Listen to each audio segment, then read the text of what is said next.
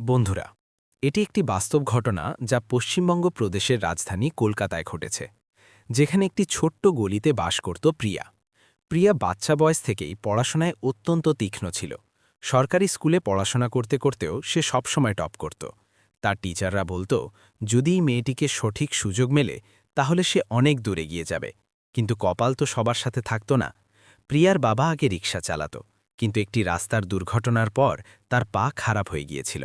এখন সে বাড়িতেই থাকত আর ধীরে ধীরে অসুস্থ হয়ে পড়ত। মা লোকের বাড়িতে ঝাড়ু পোছা করে কোনো মতে সংসার চালাত। বাড়ির অবস্থা এমন ছিল যে অনেকবার রাতে খাবারও পুরো হয়ে উঠত না। কিন্তু প্রিয়া কখনো হার মানেনি। সে রাত জেগে পড়ত, রাস্তার আলোর নিচে বসে নোটস বানাত আর নিজের কাছে একটাই প্রতিজ্ঞা করত, একদিন আমি সব ঠিক করে দেব। কলেজ পর্যন্ত পৌঁছনোর যাত্রাও সহজ ছিল না। ফি ভরার জন্য সে বাচ্চাদের টিউশন পড়ানো শুরু করল। দিনে কলেজ, সন্ধ্যায় টিউশন আর রাতে পড়াশোনা। তার জীবন শুধু এই চক্রেই ঘটত, কিন্তু সে কখনো অভিযোগ করেনি। কলেজ শেষ হতেই প্রিয়া চাকরির খোঁজ শুরু করে দিল। সে প্রতিদিন নতুন নতুন জায়গায় ইন্টারভিউ দিতে যেত, কিন্তু প্রতিবারই তার হাতে হতাশাই ধরা দিত। কোথাও বলা হতো তোমার লুক প্রফেশনাল নয়, তো কোথাও তোমার কাছে অভিজ্ঞতা নেই। কিছু লোক তো তার জামা কাপড় আর তার সাদাসিদে ভাব নিয়ে মজাও ওড়াত। প্রতিবার বাড়ি ফেরার সময় তার চোখে জল চলে আসত, কিন্তু সে তার মা বাবার সামনে হাসার চেষ্টা করত। মা জিজ্ঞেস করত, কিছু হয়েছে বেটা? আর প্রিয়া শুধু এতটুকুই বলতো, এখনও না মা, কিন্তু শিগগিরই হবে। একদিন সকাল সকাল যখন সে খবরের কাগজ পড়ছিল, তখনই তার নজর একটা বড় কোম্পানির জব অ্যাডভার্টাইজমেন্টে পড়ল। কোম্পানির নাম কলকাতার সবচেয়ে বড় কোম্পানিগুলোর মধ্যে গোনা যেত। আর তার মালিক ছিল আদিত্য, একটা তরুণ কোটিপতি, যার সম্পর্কে লোকেরা বলতো যে সে খুব কঠোর আর অহংকারী। তার কোম্পানিতে চাকরি পাওয়া কোনো স্বপ্নের চেয়ে কম ছিল না। প্রিয়া বিনা দেরিতে সেই চাকরির জন্য আবেদন করে দিল। তার আশা কমই ছিল, কিন্তু তবুও সে পুরো মেহনত করে প্রস্তুতি শুরু করে দিল। কয়েকদিন পর যখন তার ফোনে ইন্টারভিউয়ের কল এলো, তখন তার খুশির সীমা রইল না। এমন মনে হলো যেন তার জীবনের সবচেয়ে বড় সুযোগ তার দরজায় দরজা নেড়ে ডাকছে। ইন্টারভিউয়ের দিন প্রিয়া তার সবচেয়ে ভালো আর হয়তো একমাত্র পরিষ্কার সালোয়ার কামিজ পরল। মা তার চুল আঁচড়াতে আঁচড়াতে বলল, ভগবানের ওপর ভরসা রাখো, সব ঠিক হয়ে যাবে। প্রিয়া মায়ের হাত ছুঁয়ে বাড়ি থেকে বেরিয়ে পড়ল। যখন সে কোম্পানির বড় অফিসের সামনে পৌঁছল, তখন তার চোখ কয়েক মুহূর্তের জন্য থেমে গেল। এত বড় বিল্ডিং, ঝকঝকে গেট আর ভেতরে যাওয়া লোকজন, সবকিছু তার কাছে নতুন ছিল। সে গভীর শ্বাস নিল আর ভেতরে চলে গেল। রিসেপশন এরিয়ায় আগে থেকেই অনেক প্রার্থী বসেছিল। সবাই দামি জামাকাপড়ে, আত্মবিশ্বাসে ভরপুর, হাতে ফাইল আর মুখে স্টাইলিশ হাসি। প্রিয়া সেখানে গিয়ে চুপচাপ এক কোণায় বসে গেল। কয়েকজন তাকে দেখে ধীরে ধীরে হাসতে শুরু করল। একটা মেয়ে তার বন্ধুকে বলল, লাগছে এটা ভুল জায়গায় এসেছে। কেউ ফিসফিস করে বলল, ইন্টারভিউ হচ্ছে নাকি গ্রামের সভা? এসব শুনে প্রিয়ার মনটা একটু ভেঙে গেল, কিন্তু সে নিজেকে সামলে নিল। সে তার ফাইলটা শক্ত করে ধরল আর চোখ নামিয়ে নিল। কিছুক্ষণ পর এক এক করে সব প্রার্থীকে ভেতরে ডাকা শুরু হলো। যখন প্রিয়ার নাম ডাকা হলো, তখন তার বুকটা দ্রুত দড়াম দড়াম করতে লাগল। সে ধীরে ধীরে পা বাড়াল আর ইন্টারভিউ রুমের দরজার সামনে গিয়ে দাঁড়াল। সে হালকা করে দরজায় টোকা দিল। ভেতর থেকে একটা গম্ভীর গলা এলো, কাম ইন। প্রিয়া দরজা খুলে ভেতরে চলে গেল। ঘরের ভেতরে একটা বড় টেবিল ছিল, আর তার পেছনে বসেছিল আদিত্য, স্যুট বুট পরে, মুখে কাঠিন্য আর চোখে একটা অদ্ভুত রং। প্রিয়া ধীরে ধীরে বলল, গুড মর্নিং স্যার। আদিত্য বিনা হাসিতে মাথা নেড়ে বলল, সিট প্রিয়া। সে বসে গেল, কিন্তু তার চোখে ভয় আর আশা দুটোই স্পষ্ট দেখা যাচ্ছিল। ইন্টারভিউ শুরু হলো। শুরুতে আদিত্য কয়েকটা সাধারণ প্রশ্ন করল, পড়াশোনা সম্পর্কে, পরিবার সম্পর্কে আর তার অভিজ্ঞতা সম্পর্কে। প্রিয়া প্রত্যেক প্রশ্নের উত্তর সততা আর সাদাসিধেভাবে দিল। তারপর আদিত্য কয়েকটা কঠিন প্রশ্ন করল, এমন প্রশ্ন যেগুলো বাকি প্রার্থীদের ঘাবড়ে দিয়েছিল। কিন্তু প্রিয়া বিনা ঘাবড়ায় চিন্তা করে উত্তর দিল। তার কথায় আত্মবিশ্বাস ছিল আর তার উত্তরে সত্যতা। আদিত্য প্রথমবার একটু মনোযোগ দিয়ে তাকে দেখতে লাগল। তুমি এত কঠিন পরিস্থিতিতে পড়াশোনা চালিয়ে গেলে কিভাবে? সে জিজ্ঞেস করল। প্রিয়া হালকা হাসির সাথে বলল, স্যার, যখন দায়িত্ব বড় হয় তখন অজুহাত ছোট হয়ে যায়। তার এই উত্তর শুনে ঘরে কয়া মুহূর্তের জন্য নীরবতা নেমে এলো। আদিত্য পরের প্রশ্ন করল, যদি তোমাকে এই চাকরির জন্য বেছে নেওয়া হয় তাহলে তুমি কি আলাদা করবে? প্রিয়া বিনা দেরিতে বলল, স্যার, আমি আমার ১০০% দেব, কারণ আমার কাছে এটা শুধু চাকরি নয়, বরং আমার পরিবারের আশা। তার চোখে ঝিলিক ছিল আর গলায় একটা সত্যতা। আদিত্য এখন পুরোপুরি প্রভাবিত হয়ে গিয়েছিল, কিন্তু তার মুখে তখনও সেই কঠিন ভাব ছিল। সে কয়েক সেকেন্ড প্রিয়াকে চুপচাপ দেখল, যেন সে তার ভেতরে আরও কিছু খুঁজছে। প্রিয়া চোখ নামিয়ে নিল, কিন্তু তার হাত তখনও শক্ত করে নিজের ফাইল ধরেছিল। ঘরে উপস্থিত বাকি লোকেরাও এখন প্রিয়ার দিকে তাকাতে শুরু করেছিল। যারা আগে তার মজা ওড়াচ্ছিল, তারাই এখন তার কথাগুলো মন দিয়ে শুনছিল। কিছুক্ষণ নীরবতার পর আদিত্য তার চেয়ার থেকে একটু সামনে ঝুঁকে বলল, তুমি বাকিদের থেকে আলাদা। প্রিয়া ধীরে ধীরে তার দিকে তাকালো, আর ঠিক পরের মুহূর্তে আদিত্য এমন কিছু বলে দিল যার কল্পনাও কেউ করেনি। তোমাকে চাকরি নয়, আমার স্ত্রী হতে হবে। এই কথা শুনতেই পুরো ঘর স্তব্ধ হয়ে গেল, আর প্রিয়ার চোখ একদম বড় হয়ে গেল। পুরো ঘর যেন এক মুহূর্তের জন্য থেমে গিয়েছিল। কারো মাথায় ঢুকছিল না যে এইমাত্র কি হয়েছে।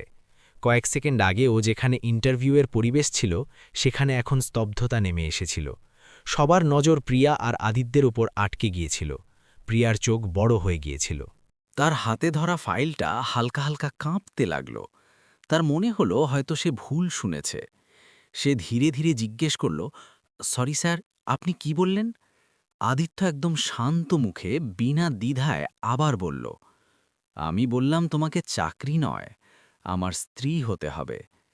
এখন আর কোনো সন্দেহ রইল না, এটা মজা ছিল না, এটা সত্যি ছিল। ঘরে বসা বাকি লোকেরা একে অপরের মুখ দেখতে লাগল। কারো মুখে বিস্ময় ছিল, কারো মুখে হালকা হাসি, আর কারো মুখে রাগ। কারো মাথায় ঢুকছিল না যে এটা ইন্টারভিউ নাকি অন্য কিছু। প্রিয়ার বুকের ধরফরানি বেড়ে গিয়েছিল। তার মনে অনেক প্রশ্ন একসাথে ঘুরতে লাগল। এটা কি হচ্ছে? এটা কি আমার পরীক্ষা নাকি আমার অপমান? কিন্তু সে নিজেকে সামলে নিল। সে চোখ নামালো, গভীর শ্বাস নিল, আর তারপর ধীরে ধীরে বলল, স্যার, আমি এখানে চাকরির জন্য এসেছি। আদিত্য তার কথা কেটে বলল, আমার জানা আছে, কিন্তু আমি তোমাকে চাকরির চেয়ে বেশি কিছু দিতে চাই। তার গলায় একটা অদ্ভুত আত্মবিশ্বাস ছিল, যেন তার নিশ্চিত বিশ্বাস ছিল যে সামনের জন প্রত্যাখ্যান করবে না।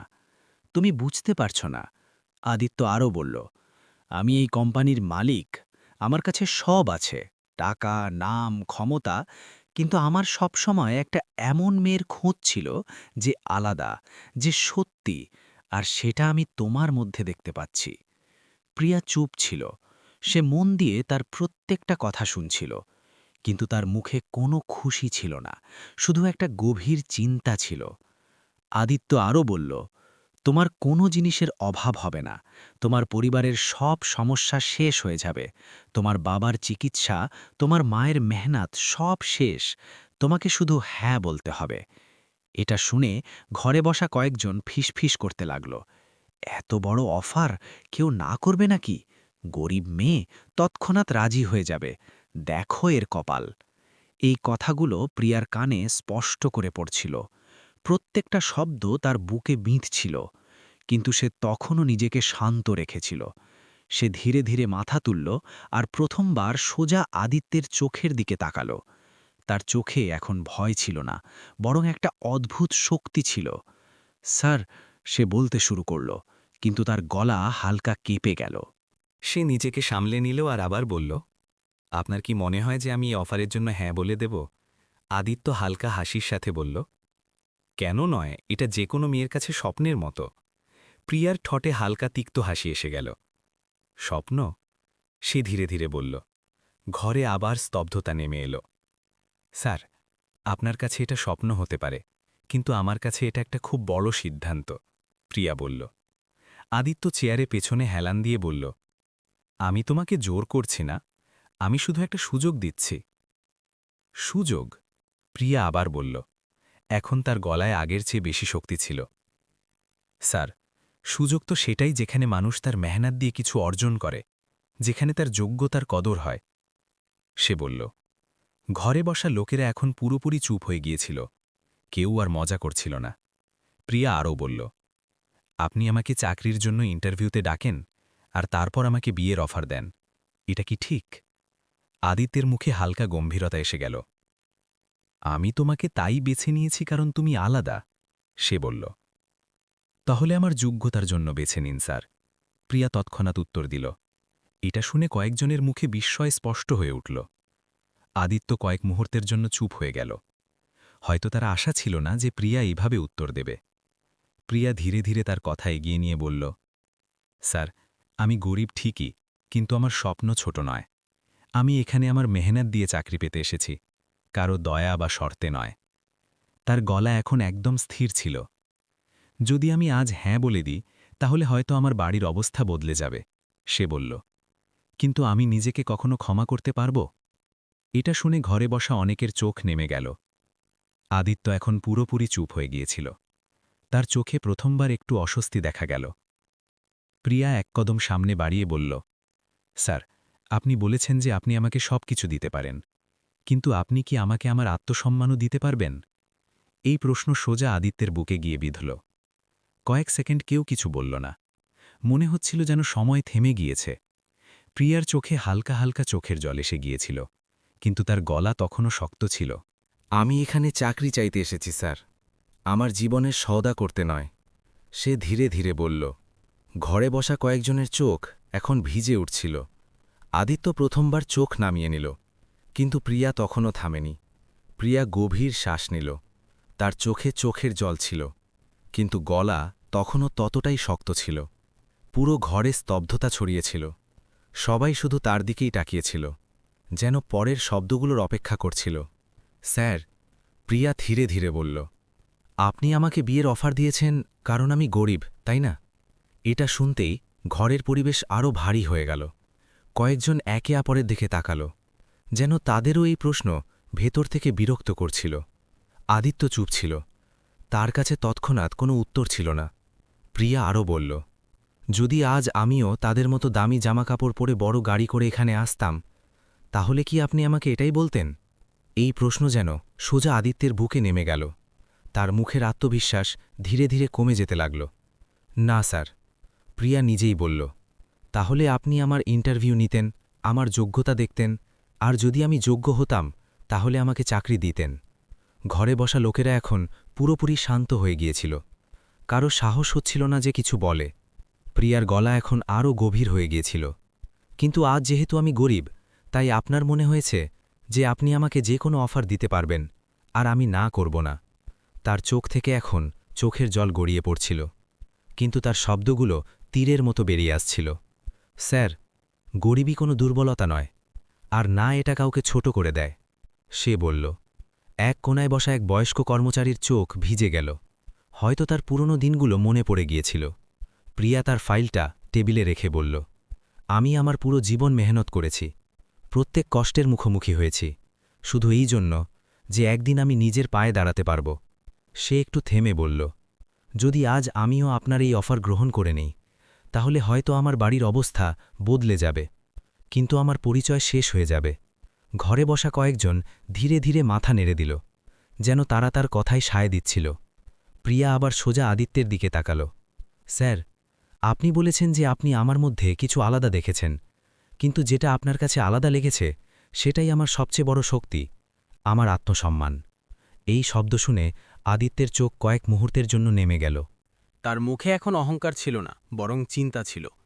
প্রিয়া তার কথা চালিয়ে বলল, আমি কখনো কারো কাছে ভিক্ষা চাইনি, যত খারাপ অবস্থাই হোক না কেন। আর আজও আমি এখানে চাকরি চাইতে এসেছি, কোনো এহসান নয়। তার গলায় এখন একটা অদ্ভুত শান্তি ছিল, যেন সে তার বুকের সব কথা বলে দিয়েছে। আপনি খুব বড় মানুষ স্যার, আপনার কাছে সব আছে, প্রিয়া বলল। কিন্তু সবকিছু টাকা দিয়ে কেনা যায় না, আর সম্মান তাদের মধ্যে একটা। ঘরে বসা অনেকের চোখ থেকে চোখের জল বেরিয়ে এলো। যারা কিছুক্ষণ আগে তার মজা উড়াচ্ছিল, তারাই এখন মনে মনে তার সাহসের প্রশংসা করছিল। আদিত্য এখন পুরোপুরি চুপ হয়ে গিয়েছিল। তার মুখে অনুতাপ স্পষ্ট হয়ে উঠছিল। প্রিয়া শেষবার বলল, যদি আপনার আমার যোগ্যতা পছন্দ হয়ে থাকে তাহলে আমাকে চাকরি দিন, কিন্তু যদি আপনার মনে হয় যে আমি শুধু একটা গরিব মেয়ে যাকে আপনি আপনার জীবনে যোগ করতে পারবেন, তাহলে আমি মাফ চাই। সে তার ফাইল তুলে নিয়ে ধীরে ধীরে বলল, আমি এই অফার গ্রহণ করতে পারব না। এটা বলতেই সে ঘুরতে লাগল, কিন্তু যেই সে এক কদম সামনে বাড়ালো, ঠিক তখনই পেছন থেকে কারো তালি বাজানোর আওয়াজ এলো। সবার নজর সেই দিকে গেল। সে কোম্পানির একজন সিনিয়র কর্মচারী, যিনি বেশ কিছুক্ষণ চুপচাপ সবকিছু দেখছিলেন। তাদের চোখে চোখের জল ছিল, আর মুখে গর্ব। ধীরে ধীরে বাকিরাও তালি বাজাতে লাগল। কয়েক সেকেন্ডের মধ্যে পুরো ঘর তালির গুঞ্জনে ভরে গেল। প্রিয়া থেমে গেল। সে পেছনে ঘুরে দেখল, তার চোখে বিস্ময় ছিল। তার আশা ছিল না যে লোকেরা এভাবে প্রতিক্রিয়া দেবে। যারা কিছুক্ষণ আগে তার মোজা উড়াচ্ছিল তারাই এখন দাঁড়িয়ে তার জন্য তালি বাজাচ্ছিল। সেই মুহূর্তে শুধু একটা মেয়ের জয় ছিল না, বরং আত্মসম্মানের জয় ছিল। আদিত্য তার চেয়ারে বসেছিল, কিন্তু সে এখন আগের মতো ছিল না। তার চোখে গভীর চিন্তা ছিল, আর মুখে অনুতাপ। সে ধীরে ধীরে উঠে দাঁড়িয়ে বলল, প্রিয়া, থামুন। পুরো ঘর আবার শান্ত হয়ে গেল। প্রিয়া তার দিকে তাকালো, কিন্তু এবার তার চোখে কোনো ভয় ছিল না। আদিত্য কয়েক কদম সামনে বাড়াল। তার গলা এখন আগের মতো কাঠিন্য ছিল না, তাতে নম্রতা ছিল। আজ আপনি আমাকে খুব বড় কথা শিখিয়েছেন, সে বলল। প্রিয়া চুপচাপ শুনছিল। আমি সবসময় ভাবতাম যে টাকা দিয়ে সব কিছু পাওয়া যায়, কিন্তু আজ বুঝলাম যে মানবতা আর আত্মসম্মানের কোনো দাম হয় না। আদিত্য ধীর গলায় বলল। সে কয়েক মুহূর্ত থেমে বলল, আমি যা বলেছি সেটা খুব ভুল ছিল, আর তার জন্য আমি আপনার কাছে ক্ষমা চাই। এটা শুনে পুরো ঘরে আবার হইচই হয়ে গেল। একজন কোটিপতি, একজন মালিক সবার সামনে ক্ষমা চাইছিল। প্রিয়ার চোখে আবার হালকা চোখের জল এসে গেল, কিন্তু এবার তাতে কষ্ট ছিল না, বরং একটা স্বস্তি ছিল। আদিত্য আরও বলল, যদি আপনি চান তাহলে আমি আপনাকে আপনার যোগ্যতার ভিত্তিতে চাকরি দিতে চাই। প্রিয়া কয়েক মুহূর্ত চুপ রইল। সে তার চোখের জল মুছে ধীরে ধীরে মাথা নেড়ে দিল। ঘরে আবার তালি বেজে উঠল। কিন্তু এই গল্প এখানেই শেষ হয়নি। সেদিনের পর সবকিছু আগের মতো রইল না। প্রিয়ার এক একটা শব্দ যেন আদিত্যের ভেতরে কিছু ভেঙে দিয়েছিল, আর সেই সাথে কিছু নতুনও তৈরি করে দিয়েছিল। সে প্রথমবার তার অফিসের বড় চেয়ারে বসে নিজেকে ছোট মনে করছিল। রাতে সে তার আলিশান বাড়িতে ছিল, কিন্তু ঘুম তার চোখ থেকে অনেক দূরে ছিল। বারবার প্রিয়ার গলা তার কানে বাজছিল, আপনি কি আমাকে আমার আত্মসম্মান দিতে পারবেন? সে ছাদের দিকে তাকিয়ে থাকত আর ভাবত, আমি আজ পর্যন্ত কি কামিয়েছি, টাকা নাকি অহংকার? পরের সকালে সে একটা সিদ্ধান্ত নিল। সে কাউকে না জানিয়ে প্রিয়ার বাড়ির দিকে বেরিয়ে পড়ল। যতই তার গাড়ি কলকাতার ঝকঝকে রাস্তা থেকে সরু গলিতে ঢুকছিল, তার বুক ততই ভারী হয়ে যাচ্ছিল। সে প্রথমবার সেই দুনিয়াটা দেখছিল যেটাকে সে শুধু দূর থেকে বুঝত। যখন সে প্রিয়ার বাড়ির সামনে থামল, তখন কয়েক মুহূর্তের জন্য সেখানেই দাঁড়িয়ে রইল। সামনে সেই ভাঙা বাড়ি, দেওয়ালের উঠে যাওয়া রং, আর দরজায় ঝোলানো পুরনো পর্দা। ভেতর থেকে কাশির আওয়াজ আসছিল। আদিত্য ধীরে ধীরে দরজায় টোকা দিল। দরজা প্রিয়াই খুলল। তাকে সামনে দেখে সে এক মুহূর্তের জন্য চমকে গেল। আপনি এখানে? সে অবাক হয়ে জিজ্ঞেস করল। আদিত্যের চোখ নামানো ছিল। সে ধীর গলায় বলল, আমি কি ভেতরে আসতে পারি? প্রিয়া কয়েক মুহূর্ত চুপ রইল, তারপর একপাশে সরে গেল। আসুন। ভেতরের দৃশ্য দেখে আদিত্যের চোখ থেমে গেল। এক কোনায় চার পায়া তার বাবা শুয়েছিলেন, যাদের অবস্থা খুব দুর্বল ছিল। পাশে ওষুধের কয়েকটা খালি শিশি পড়েছিল। প্রিয়ার মা চুল্লির কাছে বসেছিল। কে বেটা? মা জিজ্ঞেস করল। প্রিয়া ধীরে ধীরে বলল, মা, ইনি আমার অফিসের মালিক। এটা শুনতেই মা তৎক্ষণাৎ উঠে দাঁড়িয়ে ঘাবড়ে গিয়ে বলল, আরে বসুন সাহেব। আদিত্য হাত জোর করে বলল, না, আপনি বসুন, আমি শুধু আপনাদের সাথে দেখা করতে এসেছি। তার গলায় এখন কোনো রং ছিল না, শুধু বিনয় ছিল। সে ধীরে ধীরে প্রিয়ার বাবার কাছে গেল আর তাদের দেখল। তাদের অবস্থা দেখে তার মনে একটা যন্ত্রণা উঠল। কয়েক মুহূর্তের নীরবতার পর সে প্রিয়ার দিকে তাকিয়ে বলল, কাল আমি যা বলেছি সেটা খুব ভুল ছিল, আমি ক্ষমা চাইতে এসেছি। প্রিয়া চুপচাপ তার দিকে তাকিয়ে রইল। আমি কখনো গরিবীকে বুঝিয়েনি, শুধু দেখেছিলাম, কিন্তু কাল প্রথমবার অনুভব করলাম যে আসল শক্তি কি হয়। আদিত্য বলল। তার চোখে সত্যতা ছিল। যদি আপনি আমাকে ক্ষমা করতে পারেন, তাহলে আমি শুধু এটুকুই বলতে চাই যে আপনি আমাদের কোম্পানিতে কাজ করুন, আপনার যোগ্যতার জন্য নয়, যে অন্য কোনো কারণে, সে বলল। প্রিয়া কয়েক মুহূর্ত ভাবল। সে তার বাবার দিকে তাকালো, তারপর তার মায়ের দিকে, আর তারপর ধীরে ধীরে বলল, আমি চাকরি করব, কিন্তু একটা শর্তে। আদিত্য তৎক্ষণাৎ বলল, যে কোনো শর্ত হোক, আমার কাছে মঞ্জুর। আমার কখনো এমন মনে হওয়া উচিত নয় যে আমি আপনার উপর কোনো এহসানের কারণে এখানে আছি, প্রিয়া বলল। আদিত্য বিনা দেরিতে মাথা নামিয়ে দিল, কখনো না। সেদিন থেকে প্রিয়ার নতুন শুরু হলো। অফিসে প্রথম দিন যখন সে গেল, তখন যারা আগে তার মজা উড়াত, তারাই আজ তাকে সম্মানের সাথে দেখছিল। প্রিয়াও বিনা অহংকারে পুরো মেহনত আর সততা দিয়ে কাজ শুরু করল। ধীরে ধীরে তার মেহনত রং ধরাতে লাগল। সে তার কাজ দিয়ে সবার মন জয় করে নিল। তার চিন্তা, তার দৃষ্টিভঙ্গি আর তার আত্মসম্মান সবকিছু লোকের কাছে একটা উদাহরণ হয়ে উঠল। অন্যদিকে আদিত্যও বদলে গিয়েছিল। এখন সে আগের মতো অহংকারী মালিক ছিল না। সে কর্মচারীদের সম্মান করতে লাগল, তাদের কথা শুনতে লাগল, কোম্পানির পরিবেশও বদলাতে লাগল। সময় কাটতে লাগল, প্রিয়ার বাবার চিকিৎসা শুরু হলো, আর তাদের অবস্থাও ধীরে ধীরে সুস্থ হতে লাগল। প্রিয়ার মায়ের মুখে এখন চিন্তার জায়গায় স্বস্তি দেখা যেত। একদিন অফিসে একটা ছোট পার্টি রাখা হলো, কারণ ছিল কোম্পানির একটা বড় সাফল্য। সবাই উপস্থিত ছিল। আদিত্য স্টেজে এলো, সে মাইক তুলে বলল, আজ যা কিছু এই কোম্পানি অর্জন করেছে তার মধ্যে একজন বিশেষ ব্যক্তির খুব বড় অবদান আছে। সবার নজর তার দিকে ছিল, আর সে হলো প্রিয়া। পুরো হল তালিতে গুঞ্জন উঠল। প্রিয়া একটি ইতস্তত করে স্টেজে এলো। আদিত্য তার দিকে তাকালো, আর এবার তার চোখে কোনো অহংকার ছিল না, শুধু সম্মান আর সত্যতা ছিল। সে ধীরে ধীরে বলল, প্রিয়া, আজ আমি আবার কিছু বলতে চাই, কিন্তু এবার বিনা অহংকারে, শুধু হৃদয় থেকে। পুরো হল শান্ত হয়ে গেল। আপনি কি আমার জীবনের অংশ হতে চাইবেন? সে বলল। প্রিয়া কয়েক মুহূর্ত চুপ রইল, তার চোখে হালকা ভেজা ছিল, কিন্তু ঠোঁটে হাসি এসে গেল। এবার এই প্রশ্ন জোরাজোরি ছিল না, এটা সম্মান ছিল। প্রিয়া ধীরে ধীরে মাথা নেড়ে দিল। হ্যাঁ। পুরো হল তালি আর খুশিতে গুঞ্জন উঠল। দুজনের বিয়ে খুব সাদাসিধেভাবে হল। কোনো দেখানো নয়, শুধু সত্যিকারের সম্পর্ক আর খুশি। আর সেদিনের পর প্রিয়া শুধু একজন কর্মচারী বা স্ত্রী রইল না, বরং এমন একটা উদাহরণ হয়ে উঠল যে প্রমাণ করে দিল যে মানুষের আসল পরিচয় তার জামাকাপড় বা টাকায় নয়, বরং তার আত্মসম্মান আর চিন্তায় হয়।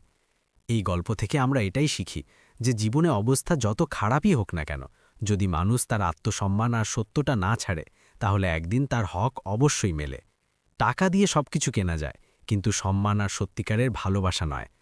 এখন আপনারা বলুন, যদি আপনি প্রিয়ার জায়গায় হতেন তাহলে আপনি সেই সময় কি বলতেন, নাকি প্রিয়ার মতো নিজের আত্মসম্মানকেই বেছে নিতেন? আর যদি আপনি আদিত্যের জায়গায় হতেন তাহলে আপনি কি আপনার ভুল স্বীকার করতে পারতেন?